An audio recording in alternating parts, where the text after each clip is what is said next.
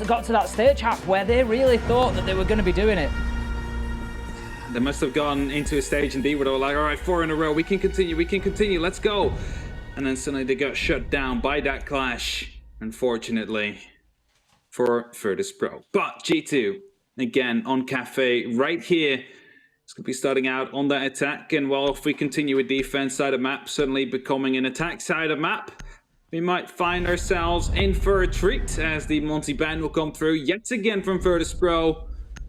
Is it going to be continuing? Are we going to see the same ban coming out from G2 as well with the maybe Nomad, maybe not Capitan here, or maybe the Goyo? That is the big question we would like to see answered. But we've already seen the Goyo go once. G2 did choose to take him away from Virtus.pro. It's an operator that is now becoming synonymous with Virtus.pro, particularly Pasha doing some great work on him, but he will not have the option here on Cafe. Goyo once again going by the wayside, and G2 opting to take that target ban, and as you say, Hap, it was returned with the Monty pick. And last but not least, we will have Wamai bringing up the rest. Now, that creates an interesting area here, Hap. If we look towards the top floor, you know where I'm going to go. Piano through to bathroom and white corridor, generally defended by either a Wamai or a Goyo, potentially a combination of the two. What are we going to see here, do you think? I'm just thinking of top floor and Pixel. Often you see a shield being played there. It's often complemented with a Wamai. Now, of course, you're losing out on 2 of these shields that Virtus.pro likes to bring. You're losing out on the Wamai as well. Might give them a hard time defending that top floor, and thus Virtus.pro decides to instantly go for Reading Room Fireplace. But then again, VP is a team that is not completely shy of backing out of these meta sites, you would say, complete top floor or maybe kitchen bakery. It's always a surprise which 3 sites they will bring to a map. I love to see it as well. I love to see that variation. Now, no surprise to see a mission just heading straight upstairs with the mirror. He's going to play the mirror on one of these 2 walls that you see in front of you. He'll reinforce both. I would expect to see it over on the left-hand side, generally speaking. But it wouldn't be a massive surprise to see it on either side, really. Effectively, the outcome is largely the same, but you need to be careful of the windows behind you. It doesn't matter where you put it, there is still access from a window angle onto that mirror. He's going to play it over on the right-hand side. It will allow for peeks out from the double door, and it's just going to try to help them hold on to this east side of the map. That's going to be the big focus for Virtus.pro here. So if you're looking at this and thinking, right, what do G2 need to do? How do they win this round? Well, the answer is they come in and they need to dislodge Virtus.pro out of that top floor to begin with. They could well start over at the red hatch, near where Pasha is now, move through Piano and try to take this bottom area of your screen, the east side of the map. Thank you, Medics. Once they get control over that area, particularly where Rask and WTG are right now, they can start getting vertical angles down into sight, and that opens up the default plant spot, which is just inside of that reading door. Well, starts things off strong as a mission will be taken down. However, receiving quite some damage himself. Player of VP that tries to return a favor, most likely Rask right here. A Shockwave now ready to go for a potential jump out as well. Is going to be a second player of G2 ready to respond to that in case of a jump out. That is also a big one. It does indeed seem like the case. One is still standing by. As right now, drones are being spotted out here by Citizen. Using that sensor, knowing exactly where one of these yokais will be going. EP will come in as well just to completely disable it for now. That's the yokai drawn out of action, so right now G2, they need to think about getting moving. We can see Virtue and Kanto, they are in there already, ready to react, and that is exactly what you need. You need that coordination. Ultimately, the yokai drone is going to come back online once that Thatcher EMP wears off, and they need to be ahead of the game there and just trying to get themselves moving before that information is going to be fed back in. I don't think they've necessarily achieved that there. We can see that the yokai drone was back online and is still going to be active, but that's good. It looks like Pasha has been forced back down to site, so that is one gone, and right now step one for G2 is to get that top floor control, and it looks at this stage like they are, I think, all the way towards doing that. Thank you, Medics. Yes, we can see the east side now. Cocktail area has been cleared out. And Shockwave, could he be on a little flank here? He's going to move himself back up to the top stairs. Keep an eye on him. He could have a big impact in this round. You could indeed, but so does Uno as he snuck himself inside the terrain. As C4 will go out from WTG, taking down Pengu and that diffuser. We'll be wasting some time right there. Right now, a bit of a stall, a bit of a standoff right here between Pasha and Uno. I doubt they know from each other that they are on opposite sides of these walls, as just a simple shot could end his life. And there we go. Uno responds to him. Pasha will be picked up, and that means we're back in a 4-on-3 situation, still in favor of G2. But Rask responds, takes out that kill, goes to the top floor now to try and contest, because we all know how important this top floor control could be. As G2 keeps on fragging out on the members of Virtus.pro, it's going to be now known that Rask is indeed on the top floor. Are they going to be able to respond to that, as he's the last man standing? Is he going to be able to find the diffuser? No, he's not going to be able to land on the shot on the arm. Is going to be able to get the kill down onto Citizen Doe, and that is going to be starting things off. 1-on-2 situation now. He's low on HP. He's fighting Virtue and Kanto, but he will be taken down. The SMG coming in from below, enough to lend G2 that first round. Good start for G2 there, and I think it's exactly what they needed. It sounds like an obvious comment, I know that, but I mean, leading in from the finish that they had on Villa, they managed to get themselves one line and get over the board. But if Virtus.pro come in here and take that first round, that is massive, because it's then 5 out of the last 6 rounds that they've played that Virtus.pro have taken the wins in, and it starts to grind at G2 then. They start to feel like they're slipping back into that same sort of lack of momentum that they've finished Villa with. But no, they've come in strong there. That was a very good take from them. Took top floor control as suggested and just worked from there, got control of that default plant spot, and then just picked up kills as and when the defenders tried to react and tried to maneuver and tried to do something about it. So Virtus.pro, as they showed us on Villa, they will move down to the bottom floor here. Now, we saw them defending this area a couple of times against Rogue yesterday, and they did so very well. Generally speaking, what they tried to do was have a mission with the Maestro just in behind the bar there that you can see in the centre of your screen, and we had Pasha playing in the VIP area, which is just above where he is now, just off to his right hand side there. He's moving, he's getting himself prepped, so he's going to open up that freezer wall and make it very difficult for G2 to maneuver through there. And then he's going to try to hold down this location. He's got his deployable shield set up. He's going to keep himself in there. And a mission, generally speaking, from the bar, he's going to watch his back onto that double window that's up at the top right of your screen. He's just going to try and keep any pressure from mounting onto Pasha. And Rogue, they weren't able to deal with that. They weren't able to clear those players out. And G2, they need to show some good aggression. They need to recognise those locations, and they need to just disrupt Virtus.pro here and not allow them to play their game. I think what we can say is that often these hybrid attacks focused on the B bomb side, they start or die with that VIP clear. You need to get that player out there, otherwise you're not going to be getting control of the freezer. And instead, G2 so far opting to go for Bakery. 3 players around it. It's going to be Kanto with grenades ready to toss them in where necessary, but I believe there is going to be ADSs behind the counter to catch those off guard. No, actually, don't see a grenade. Could potentially pick up a kill or two as Pengu is playing above with that EMP. He's going to be taking down all that utility that Rask might have. I'm not sure if he still has one in pocket. No, he does not. And that means a grenade could be potentially landing a kill, but it was being tossed in too far. Virtue, however, with the shot, will be able to take down Shockwave. So they'll still find themselves an entry. As Pasha now comes in to try and cover off as well. They're not giving up on Bakery quite yet. A big entry it was as well. Shockwave taken off the board with the mute there, and that was a nitro gone. You could see that he just threw it at the double door before he was taken down, but couldn't detonate it. Kanto will get a kill onto WTG in a second for himself, and if a player like Kanto can get rolling, this could be tough for Virtus.pro. Our analysts spoke about Kanto before we came into the game and just how influential he can be if he starts getting kills on the board, and that's 2 for him on the round here. We find ourselves 4 versus 1 as Citizen will shut down a mission, and right now this defense is falling apart. Rask, he gets out the tape, he's trying to piece it back together. He's on the super glue now, Hap. He's really trying to get this one back and build these pieces back into something coherent, but it is still going to be a big ask for him here. He is 1 versus 2 against Pengu and Virtue. Can he separate these into 2 1 versus 1s? That's really what he needs to do now. Pengu and Uno, they need to be very careful. They're stacking up together here, and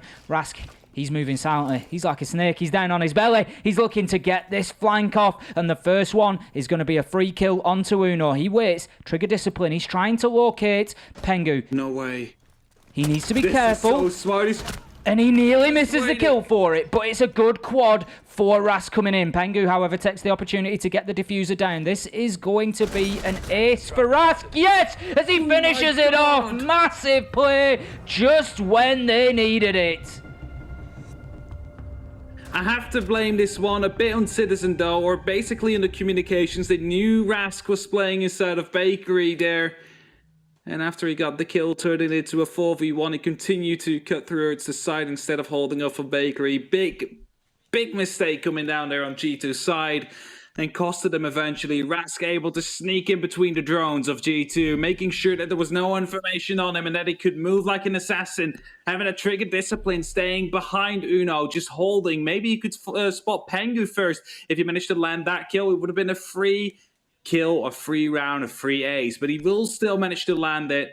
Absolutely beautifully played by Rask. And that is one to go into the books as a historic play. It was perfect from him. You've always got that risk if you're allowing someone to continue in a drone, as he did behind Uno. Obviously, when the movement comes, it was unexpected because you don't know exactly when they are going to drop out of that observation tool and start moving, so you have to react to it. But given the distance in between them, the risk wasn't huge for Rask there, and it was a massive heads-up play to just try and get that information on Pengu's location. I mean, he had a good idea. He peeked out into the corridor, and I think he expected to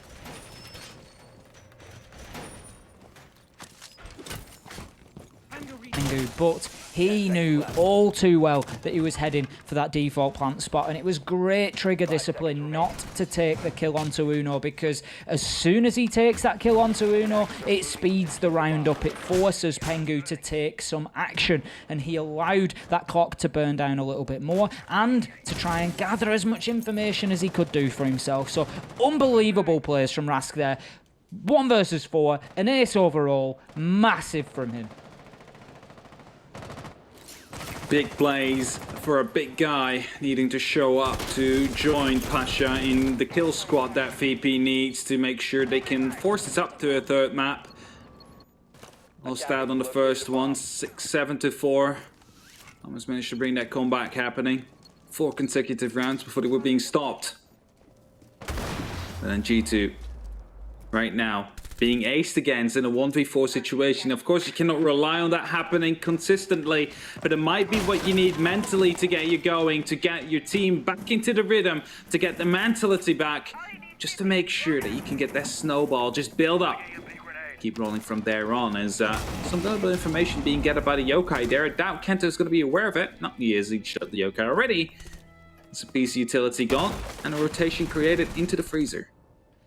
You're absolutely right. Virtus.pro cannot rely on rounds like that, but they need to use it as a catalyst. They need to allow that to fire them up and get them into this game, get themselves a lead for the first time. They haven't been ahead yet in this matchup, and you can see Virtue, he's going to open up that peak hole through into Cocktail. That's going to force Pasha back to site. He will barricade things up into reading as he goes. Now, the last job for G2 for the time being here is to force Rask away. He's just caused them massive problems in that last round, and he is going to be dropped as Virtue will get that last hole opened up that he needs to give G2 the top floor control that we saw them take back in round 1 and we saw them use extremely well. So for now, G2, they need to get a kill or two, and then they can start thinking about building pressure, getting through that reading door, and get that diffuser down.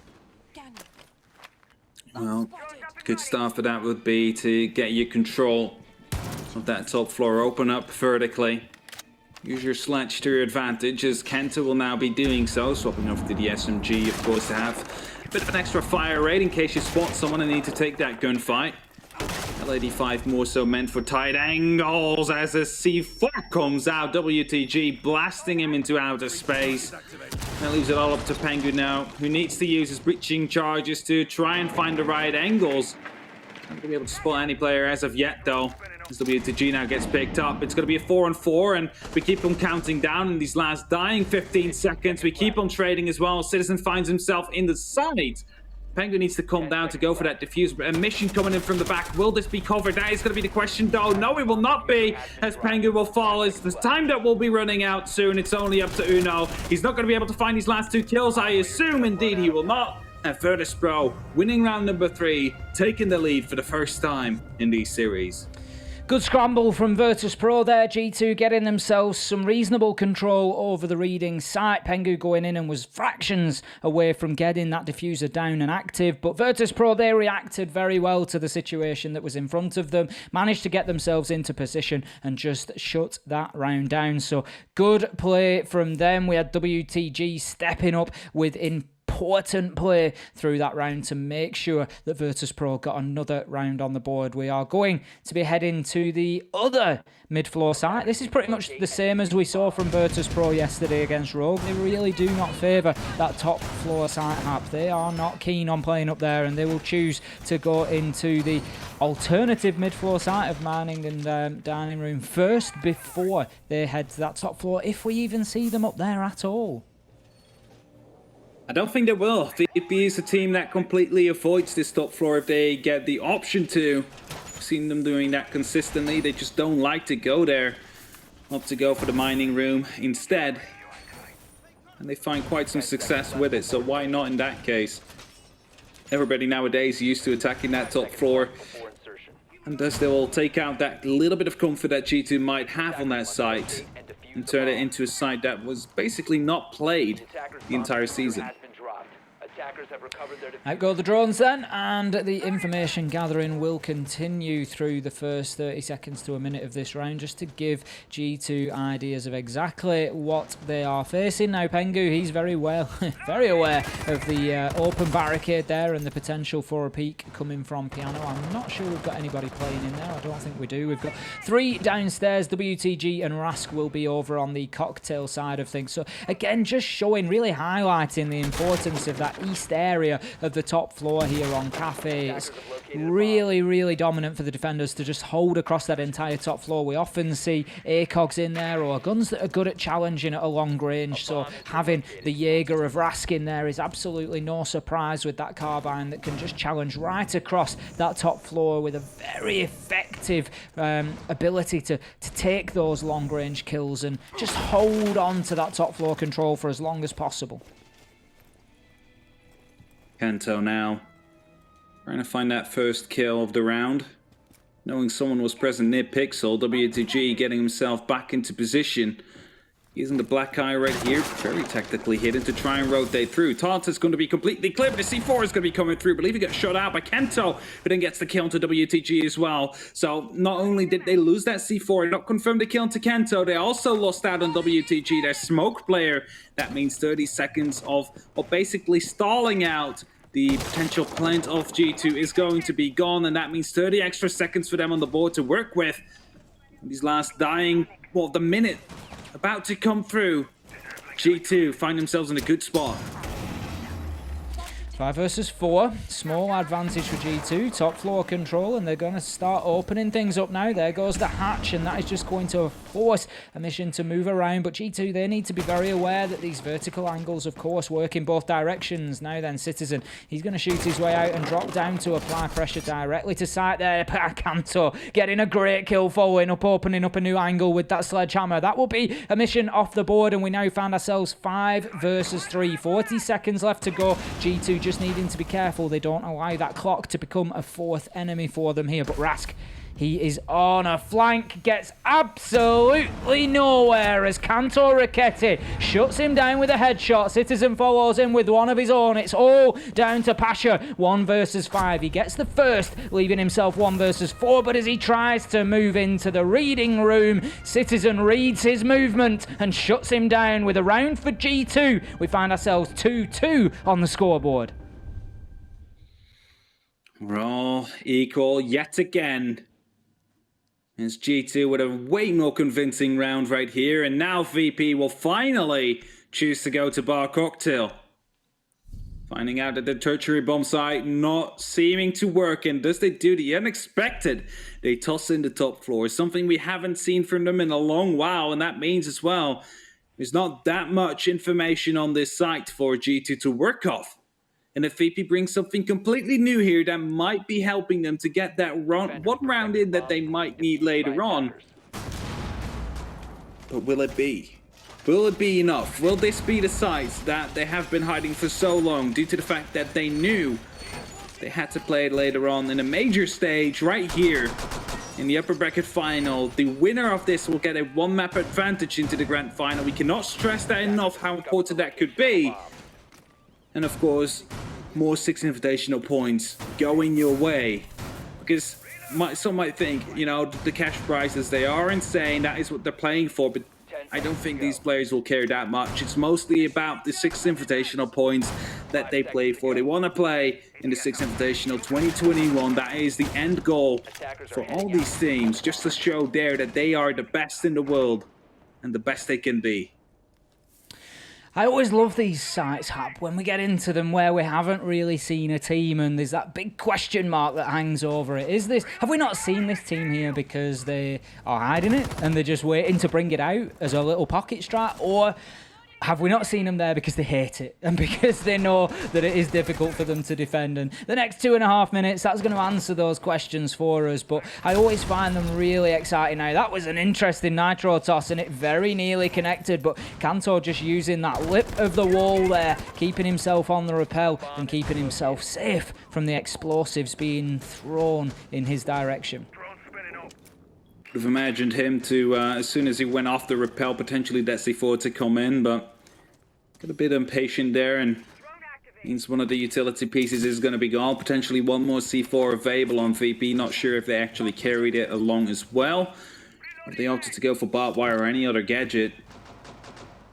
As G2 slowly trying to take control of Piano, most likely. It's going to be the first point they need to control. It's going to be hard to hold onto Pixel now, less shields to play with, also no Wamai, and thus you see that the player fell back just a little bit into the bathroom. Just playing it on a secondary line of defense, using a shotgun most likely to play close, and I'll wreak havoc into anybody thinking of contesting the white hallway. 90 seconds, G2 need to hurry. They certainly need to get moving right now. They need to disrupt what Virtus.pro are trying to do. They need to start dislodging these defenders from their positions. Pasha will be particularly dangerous there in the washroom, and that is a good first move from Virtue. He's going to open up a hole there now.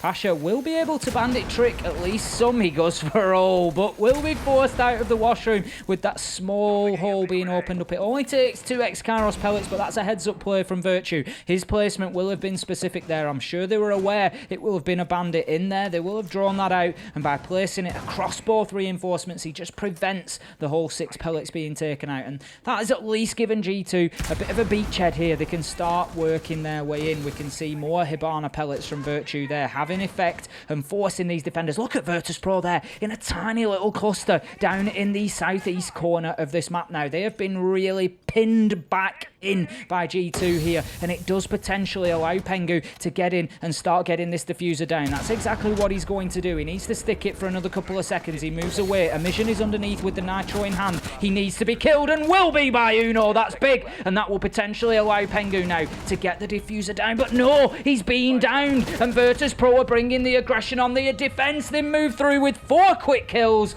Massive plays. A mission there, although being killed by Uno, got the shotgun down onto Pengu at exactly the right moment before he was taken out, and it just prevented that progress from G2.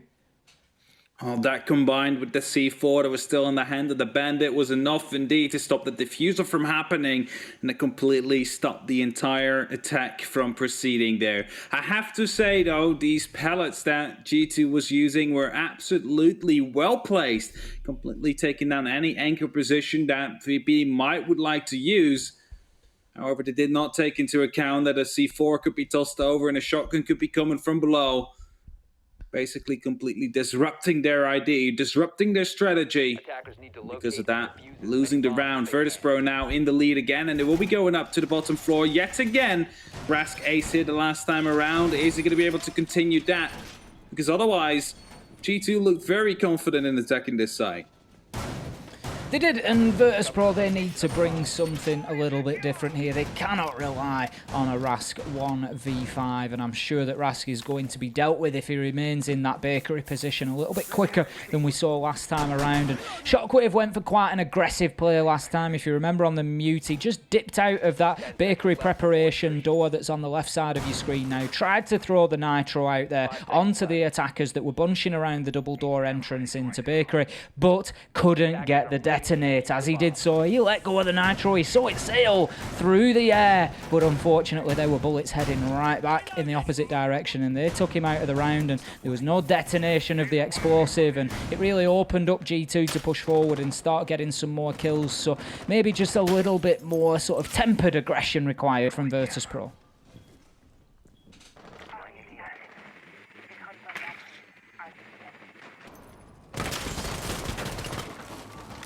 Uno going to be opening up the window onto white stairs then. He's going to get his drone inside and just looking to start pushing through there. We've got Virtue. He's looking to pressure this double door once again. We saw this from G2 last time around. The thing is, they need to deal with Rask in that position now. Rask's actually moved away. He's dipped away from being behind that counter this time around. So that is, again, a little bit of a difference from Virtus.pro, and that's what, as we said, they need to bring something different here now. Citizen, he's got himself upstairs. He's on the IQ, and he's going to take out those bandit batteries. Big nitro once again from WTG. We've seen that a number of times, and it's going to be Kanto that is taken down. It's Rask, however, immediate response from Uno. As a repelling comes in afterwards, it's going to be Pasha to take him down. He rotated all the way up from the VIP area. Something that's quite unusual for such a player to do.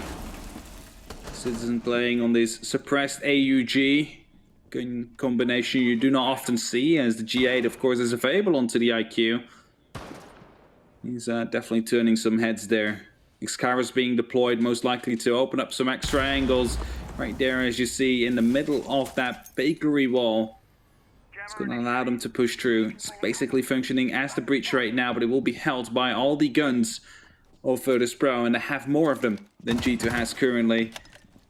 And that is definitely going to be spelling trouble in these last 60 seconds. 3 versus 4, we find ourselves. Pengu, he's going to be using those EMPs up above just to try and deny any further electronic utility available to the side of Virtus.pro. Citizen gets a good headshot through onto Pasha. That is exactly what G2 needed. They need to just up the pace here a little bit on this attack, and they needed a couple of kills. Now, I don't think that Virtue is aware whatsoever that WTG is on the opposite side of that wall. No, he pops up like a jack in the box and takes Virtue out of the round. 3 versus 2 now, Virtus.pro, and they are looking to get themselves into the advantage at the half, but Citizen, he's having absolutely none of it. Takes WTG down on the vertical angle, but he's now going to move into the downstairs. Emission, he is the hope for Virtus.pro on the Alder there. 2 versus 1 takes Citizen down, and we have Pengu. He's going to try and get this diffuser down, lacking in time now. He has little choice left available to him. In come the shots, but he will be able to get off and fight. Gets into his ADS. Can he find 2 kills? No, he's downed, and that is going to be the round for Virtus.pro once again. Emission gets himself a double on the round. He's starting to grow into this fixture, and we saw exactly what can happen yesterday when Emission does exactly that. Successful disable for him on the diffuser. Virtus.pro 4-2 on the half. This seems to be a more just halftime score for a map like Cafe. That means G2 now going up to the defense. Are they going to be able to continue what VP just did? Are they going to be able to reverse that one as they choose to go to the bar and cocktail straight away? And this is the difference between these two teams. Virtus.pro playing every single site, and G2 instantly opting to go for the one that is being played the most across the regions, bar cocktail. They'll be able to bring the fire here that's necessary as the Ying is being brought out. Look at that, perfectly read by G2. The Warden being brought out by Kento is going to be able to, well, basically reply to that Ying. As soon as those Candelas goes out, the Warden ability will be activated. He will not be blinded, and he's going to be able to return fire. And that is something you might not really expect as a Ying player. As soon as you toss these Candelas in, you expect people to be blind. You don't expect them to be firing back accurately at you. And as soon as that happens, there might be a bit of a shock factor coming in to completely shut WTG down. We've seen Warden used to good effect here on Cafe once or twice before. There's a particular round from Space Station Gaming that I do recall where he was used out in Cocktail particularly. It wasn't for defending Bar and Cocktail, that much is fair to say. It was for defending Reading, but still trying to keep hold of the same area effectively. And he was put to great use there. It was in combination with a mirror, which is not utility that has been brought by G2. So we'll have to keep a close eye on Cantor, on the Warden, and see just how impactful or effective it can be. But as you say, as a direct counter to Ying, very, very effective. All right. It's a Ying. We've seen that being banned against VP many times, and I guess this is the round where we should see why it has been banned so often. And G2 instead opting to instantly pick in that Warden. They are prepared for it. They're willing to deal with it. Is it going to be enough, though? Is it going to be what they need to shut down VP on their attacks and get their own defensive rounds rolling? They're right now 2 rounds down. You got to make sure that VP is not gaining the same momentum as they did the last time around in Villa when they were 6-0 behind and suddenly brought it back to 6-4, because that could be quite detrimental. WTG just holding an angle on the red stairs hatch there. Pengu needs to be careful that he doesn't get himself caught out now. Pengu quite often plays this location with the smoke, but generally with a bit more utility to support him. He would have a deployable shield and a castle barricade just to try and keep him locked into that cigar shop area. But this time they've foregone that and they've just let him sort of waste half of the round in there. But Pasha lays waste to Cantor Raketti there as he will shut him down with the headshot. And Cantor, he's having a difficult time in the entry battles here so far today, and that is good progress made already from Virtus.pro there. Now, a little bit of a questionable throw. I'm going to let that one go, Mission, but they are starting to make good foothold into Piano now. Definitely making good foothold here as G2 is being picked apart ever so slightly. Kenta down, Uno down.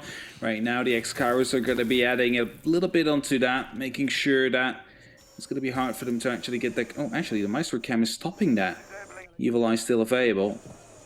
As the EMP will be tossed in, most likely. Not going to be able to counter it as he quickly turns it upwards. Smart trick that doesn't often get utilized. But when it does, it's these small things that might change the route later on. And we can see the Hibana just protecting her X-Kairos pellets there. And here comes the execute. Smoke grenades down. Yin Candela's out. Amision runs in and starts getting that diffuser down. He will be taking damage, but successfully plants and gets not quite away with his life as he gets put down. But we find ourselves very quickly 2 versus 1. 1 versus 1. Virtue versus WTG. And the odds are stacked in the favor of Virtue here when we look at the health bars. WTG on low health. He's now heading underneath to try and defend this diffuser vertically, but Virtue, all he needs to do is stick it, and surely he's going to achieve that. Yes, G2 win the round. Heads up play from Virtue there just to stick that. Pros don't fake this here. He certainly didn't then. He definitely didn't fake. Virtue able to get that defuse, and it was well needed. It was 5-3 behind in the actual maps and not maps and players. It's going to be a hard one to come back to, but G2 promised and showed they could do it, and did so exactly. And right now, 3-4, only 1 round is separating the 2 of them. If G2 manage to win this one as they go to kitchen servers, they might be able to bring it back. It might be 4-4 again, and after that, it's going to be a sprint to the end. Whoever is going to get the 3 rounds first is going to be the one that will be either walking up to the grand finals with a 1-map advantage, or will be knocked down to play against BDS after this map.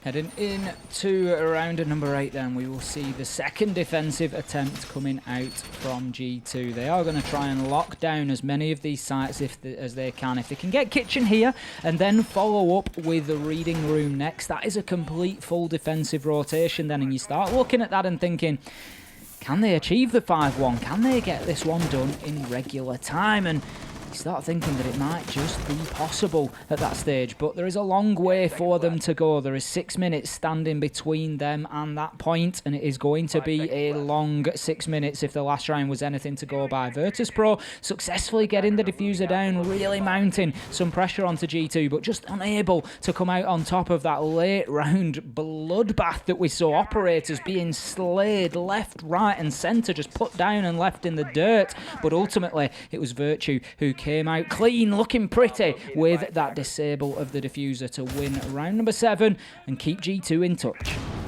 Look at this quick play that VP is looking to put up as they're all coming in from the server's entrance right here, jumping through the windows. Kill coming in from Pengu, but he will be blinded by these Candelas coming out. However, it doesn't matter. G2's completely slaughtering them. Just one response has been found as Uno will be taken out. And that means it's all up to Shockwave in a mission right now. The verticality of G2 basically saved them the round right there. They were able to respond to the quick push that VP wanted to put up. Right now, Submission and Harry Potter hoping to challenge Citizen, who is playing behind that bar. Ducks just in time. Shockwave finds himself still in the prep room. He's going to be able to push forward from there on. That's the question, as G2 just holding tight. They know they will have to come to them. They know they have a 2-minute advantage. All they need to do is just basically let them walk into your crosshairs. And as long as you have that vertical control, which they definitely do, there's no way they're losing this. G2 with Virtue, a double kill to come down. Absolutely beautifully shut down the quick attempt of VP to end that round. A quick attempt that backfired there. G2 absolutely ready for that one, laying in wait and shut them down. The first kill there, Pengu onto WTG, was particularly important. I think if that goes in the opposite direction with those Candelas raining out as well, you could well find yourself in a very different situation, as Virtus.pro would likely have got themselves on top of things there, maybe even putting another 2 kills on the board as WTG swept through site. But it is all conjecture, as that was not what we saw. Pengu stepping up when his team needed him. He's had a quiet game so far. He's been playing on the plant support on attack, so it's not necessarily been for him to get involved in those frag battles, but that was only his 3rd kill on the game so far, and he will, I'm sure, be looking for more now that he's got himself onto the defensive side. He's going to be playing the smoke again. It's something that we've seen consistently from Pengu throughout the season, and he's really been putting up some great numbers on the support. He was in the top 4 or 5, I think, for overall plants on the attack, and has once again proved himself to be very capable of flexing from one role to another.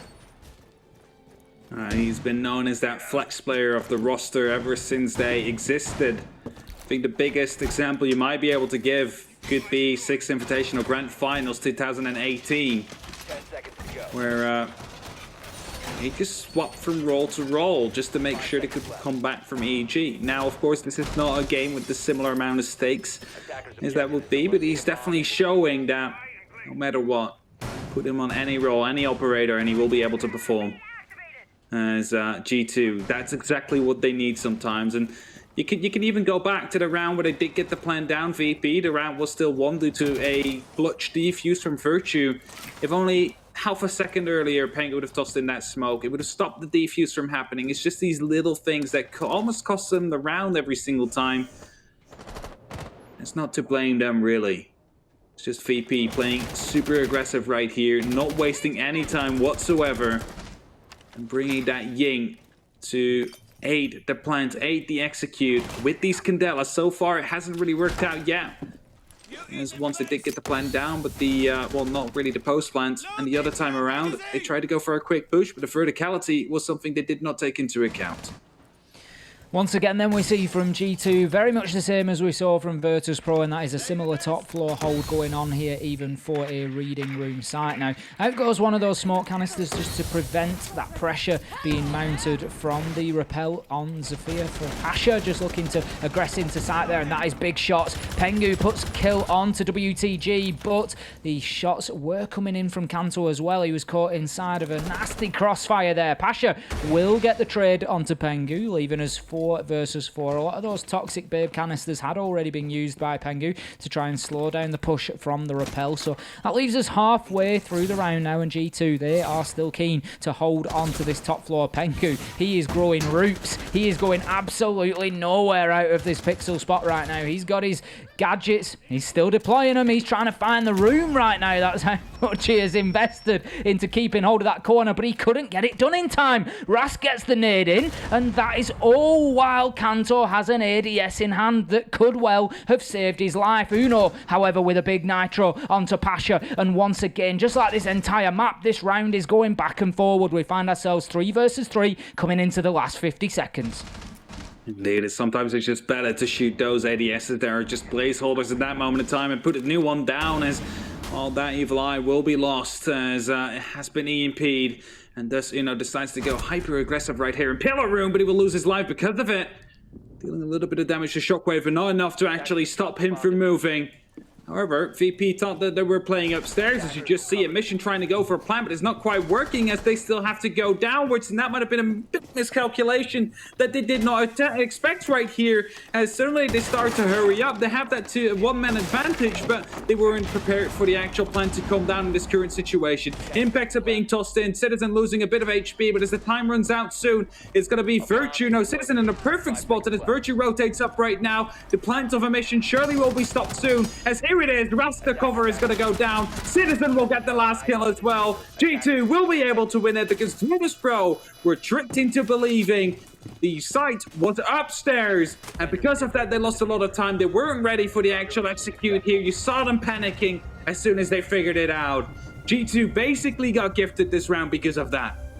Well played from G2 there. Big retake coming in, and Citizen ultimately being the one to go onto that diffuser and get it cancelled out for the round. That is going to put them ahead on Cafe for the first time here. They have gone and done it. They've got themselves a full defensive rotation, so that really starts to pile that mental pressure and tension onto Virtus.pro now, because they are yet to win an attacking round on any site. And right now, G2, they can just follow through once again and just do the same rotation. They're going to head to Bar, and they're going to follow it up with Kitchen, and then they will try to close this one out if they need to somewhere else. But I'm not so sure it gets past those two right now, Hap. Well, they get past that too. Virtus.pro, their attacks seeming to become... Well, I mean... The first one was really confident. The post plant was just not good. The second one, they wanted to go for a quick rush, but that completely backfired. And the third attack they had was going quite well until they realized they needed to go downstairs soon. So it's just a bit of sloppiness that is showing for the likes of VP. But if they manage to fix that right now, their attacks are looking very promising, and they might be able to completely turn it around here. And you see again the unfortunate moment with Kanto. That extra ADS in hand, and that's why you could just shoot them or quickly knife it before you put it down, just to create a bit of extra space. It's not going to be doing anything else than that. Makes it a bit quicker. You don't have to search for it. Would have saved his life. But nonetheless, G2 won the round. After all, that one unfortunate event did not matter too much. Got the proximity alarm being brought along by Pengu. It's not something that we've seen too much of so far in the major here, Hap. I think it's actually the first time that I recall seeing it. It's not to say that it hasn't been present, but it certainly hasn't had a huge impact. Pengu is going to deploy it out there. It looks like it's just going to sit near that mining corridor there and just prevent or just identify if a push comes along from Virtus.pro along that line. It's just trying to cover Pengu's flank potentially, because he's going to try and keep himself locked into that utility room there so that he can play on towards reading room. Now, interestingly, I think what Pengu is trying to defend against, it's again something that I saw in LATAM previously last season. One way to attack this top floor site is actually just to get an operator in underneath site and just completely open the floor up. Now, there's no book on the side of Virtus.pro. He is the ideal operator to do that, but basically you get in there and you just open up as much of that floor as you can, and it prevents the defenders from sitting on the east side of Cocktail and Cocktail Balcony and makes it very difficult for them to hold those long angles. So that's what Pengu is just trying to deter there. He doesn't want the attackers going in and just being able to get that easy control over reading, but it doesn't look like something that Virtus.pro are going to play into. I was going to say, Virtus.pro not really the team, at least during this map, to be taking too much control of verticality. They are more a fan of the horizontal, the lateral takes.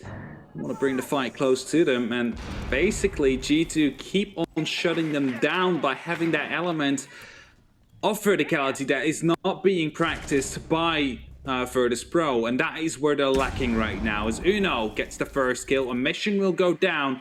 That is your Hibana off the board. Not sure if any of the X-Carriers have been used, but if not, it's going to be a safe spot there on the eastern side. Something that G2 did before, just get the, well, foot holes out, the ankle holes.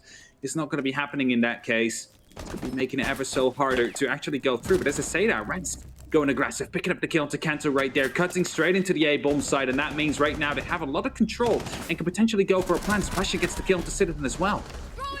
Huge play from Rask there. That's another way to deal with the East Balcony, and it's just to walk straight onto it and take everybody down. Getting the kill onto Kanto in Cocktail, and now allowing Shockwave to get in and start getting that diffuser down. Gets kill onto Virtue as he tries to react to that happening. Pengu will be shut down by Shockwave on a headshot, and that leaves us 5-0 and no closer to a winner here after round 10 on Cafe. Can Virtus.pro now find some momentum on the attack? That is their first successful attacking round. They need to get some more. G2, they're going to be heading down to Kitchen. That doesn't surprise me. I thought it just flashed up with Bar to begin with, and I was going to question the site choice, but heading back down to Kitchen I think is a good shout for them. They were very solid down there, and they need to get this on the board and give themselves the opportunity to close this match out. We have to be realistic here, Tim. They went to Kitchen, yes, they won that one, but it was mainly due to the fact that VP wanted to go for a quick push, and it so happened to be that Pengu and the players above were ready and waiting with those vertical angles to stop them from actually coming inside. So we haven't really seen a true surgical attack yet for Virtus.pro to this side, and we do not know how this one is going to be packing out. Of course, if they're going to be going for the same push again, it's probably not going to be ending well, because G2 is going to be, of course, making these vertical angles to contest them as soon as they take sides. What we need to see from VP, especially on this bomb side, is to go from top to down, clear out those two roamers, then go for a potential plant. Because if you're going to be forcing yourselves onto the sides again and not care about these 2 or 3 players that are playing upstairs, you are guaranteed to lose this round. Completely agree. I think they need to swamp G2 just like they did in the last round. They basically just absolute brute force their way into Cocktail. Rask just moving through and taking kills as he went, and it freed up the map that they needed to get that diffuser down. And right now, Virtus.pro need to take a leaf out of that round 10 book, and they need to bring it to round 11. Get themselves in. That is not going to help. Uno with a huge double on the opener. Emission and Rask going down. G2 taking a huge step towards a 2-map victory here against Virtus.pro. They need to get 2 more rounds on the board, and they have only got 2 rounds in which to do it if they want to achieve that without overtime. Now, Uno goes for a cheeky nitro toss as well, but WTG, he's already moved away from that hatch, but I cannot overstate how big a start that is for G2 here on Kitchen.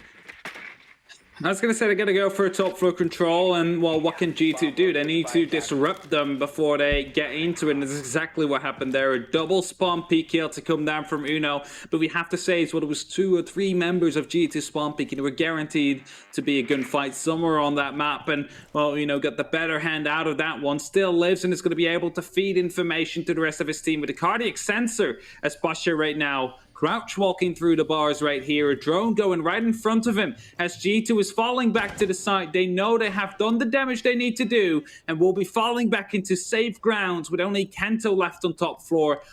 Playing with that ERC-7, of course, with which he can completely disable himself from being spotted by drones. As he decides to go to the bottom floor as well. Most likely prove to be the right choice as VP is all over the map except for the actual site right now. G2, a 2-man advantage and 75 seconds left. Should be enough to get yourself a round, and should be enough to put yourselves onto 6.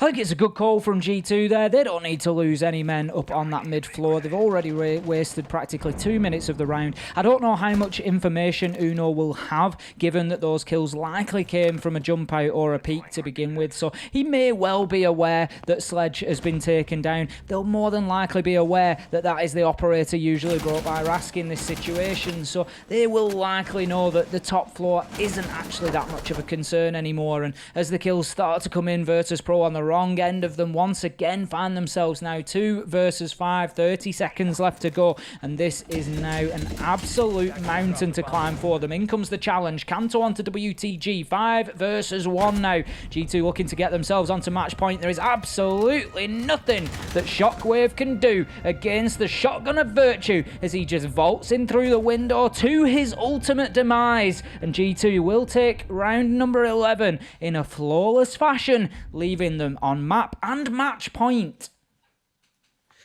If there was any better way to catapult themselves into this match point, it would have been with a flawless round indeed.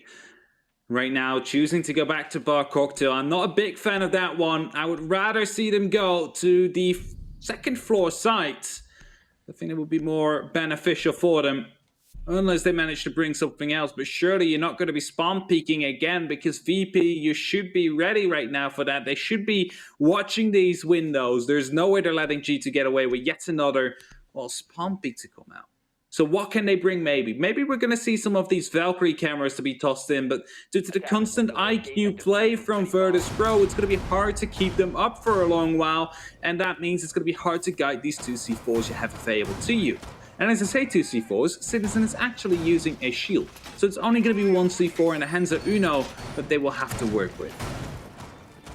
It is an interesting site choice. There are arguments, of course, for both top floor and for reading room. I think the problem potentially with top floor is that G2, it just feels like they're inviting a little bit more pressure onto themselves. So there's not really anywhere that you play where you would fall back for top floor. It's pretty much the attack comes into the defenses that you've made on the site and top floor from the very beginning of the round. And what I mean by that, by contrast, if we look at the alternative for them, which would have been the mid-floor reading room site, they can hold the top floor, they can waste time, but they can drop back to site. They've got somewhere to retreat to. They've got these layers of defense that they can fall through. There's not as much immediate pressure onto the core of the defense, onto the site there, that you get on top floor here. So they're certainly doing this in a pressure environment now, but ultimately the site choice needs to come down to where G2 feel more confident, and I'm sure that it is going to be the top floor if that's where they've picked. And right now, Uno, he could be a huge player. Is he thinking about it? He wants that jump.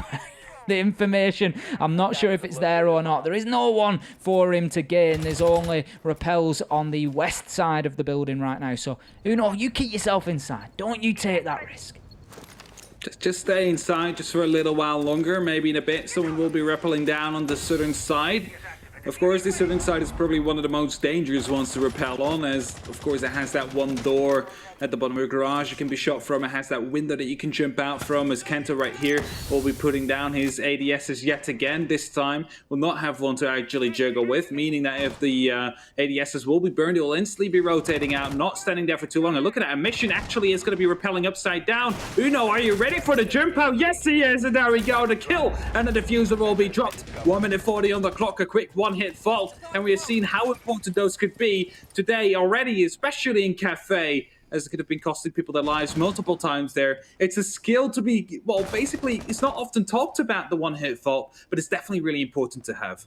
Huge kill from Uno there, not just in terms of momentum and aggression here in the round, but the fact that it has just wasted 20 to 30 seconds of the round for Virtus.pro because Amision had the diffuser in hand. It's not something that Uno could have chosen, but what a stroke of luck for him. Raski's looking to move in. He will come to blows with Pengu, and he will take him off the board. 4 versus 4, things are leveled up, but the big factor here for Virtus.pro is going to be that clock. 50 seconds left to go, and Uno burnt an inordinate amount of time with that kill onto the Hibana of Amision and putting the diffuser on the ground. WTG had to drop off the roof, go all the way around there to collect it and move back and get back into position before Virtus.pro could realistically continue their push here. We still have the Maestro of Virtue in place on Cocktail. This is going to be no easy push. We're in for a bloodbath in round 12. Or indeed in for a bloodbath in these last dying 25 seconds. There we go. Virtue will be taken down first as he tries to take the gunfight onto Shockwave. The Candelas are coming in as WTG drops through the skylight. Citizen is going to be able to stop him though, and that means 15 seconds. A double kill from Citizen. Is going to be able to go for more. Yes, he will. Triple kill from Citizen as he shuts them down completely by himself. Virtus.pro absolutely destroyed. Citizen And G2 will proceed to the grand finals with a 1-map advantage and will secure themselves in a top 2 position already for the EU mini major, and with that take a lot of these SI points. What a huge run we are seeing from G2 here in the August Major for EU. They are yet to lose a map and are looking unstoppable. Virtus.pro certainly looked like they were capable at times there on Cafe, but ultimately G2 able to get themselves over the